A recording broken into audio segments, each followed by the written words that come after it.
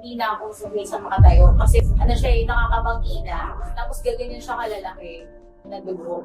Ang lakas na talaga, as in palakas. Parang konting galaw mo lang.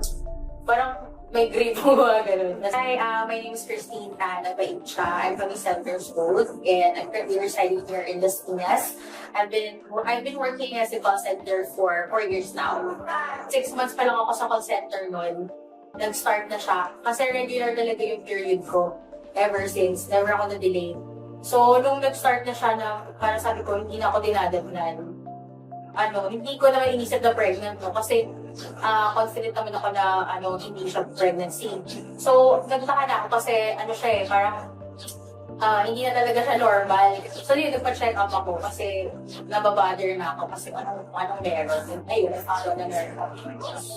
Left and right siya. Hindi ako nagkakaroon. Bigla lang siya magdadating. Tapos magdadating siya ng 2 buwan. Tapos sobrang lakas na naka-diaper ko din. Tapos, hindi na ako sabay sa makatayo. Kasi, siya eh, nakakabangina. Kumbaga, siguro parang naipon siya ng ilang taon. Tapos, biglang lalabas ng isang bagsakan. Tapos, gaganyan siya kalalaki na dugo. Doon eh, kasi nakaka-apekto na siya. Hindi na ako nakapasok sa work. Kasi, on-site pa doon eh. Tapos, ang lakas na talaga. Kasi malakas. Parang konting galaw mo lang. Parang may grip mo ba, gano'n. Tapos, buo lahat yun. Hindi parang liquid lang. Buo talaga siya. Yung mga naipon for how many years, hindi ko ba sa karoon. Nag-worry lang ako kasi baka, alam mo yun, may mga tendency kasi na iba, pakikirapan ng magkaanak ulit. Ganun.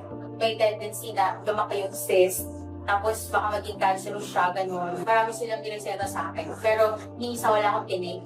May, kasi, may option ako. Ayoko mag-take ng mga gamot. Kasi nga, ayoko maging dependent yung katawan ko sa gamot. Ayun, may nag-introduce sa akin ng JC Organic Quarry.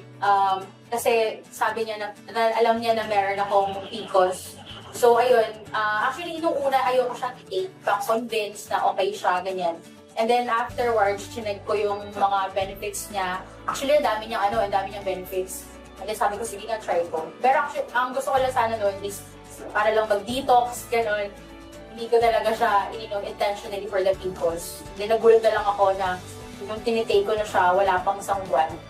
Nagkaroon ako ng period after a year. Tinitake ko yung JC Organic Quarry Juice before mag-start yung araw ko. Especially kapag mag-work ako sa gabi, yung capsule, tinitake ko siya bago ako matulog after shift.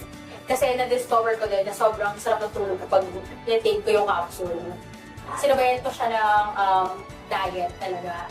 Kinontrol ko talaga yung food intake ko. Diniscipline ko talaga yung sarili ko. And then, sinabay ko siya sa JC Organic Quarry Juice. So, ang daming changes. Pati yung pagigilo-hilo ko, kapag niregla ko, nawawala na siya. And then, kahit nag-work ako ng pagod or yan, hindi ko nararamdaman yung fatigue.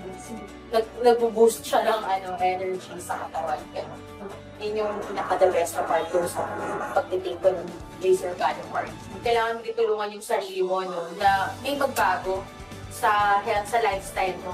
Kasi kung pababayaan mo lang siya, ikaw din naman magsasuffer in the long run. Kailangan din natin alagaan yung sarili natin. Kasi tayo din naman mag-benefit nun.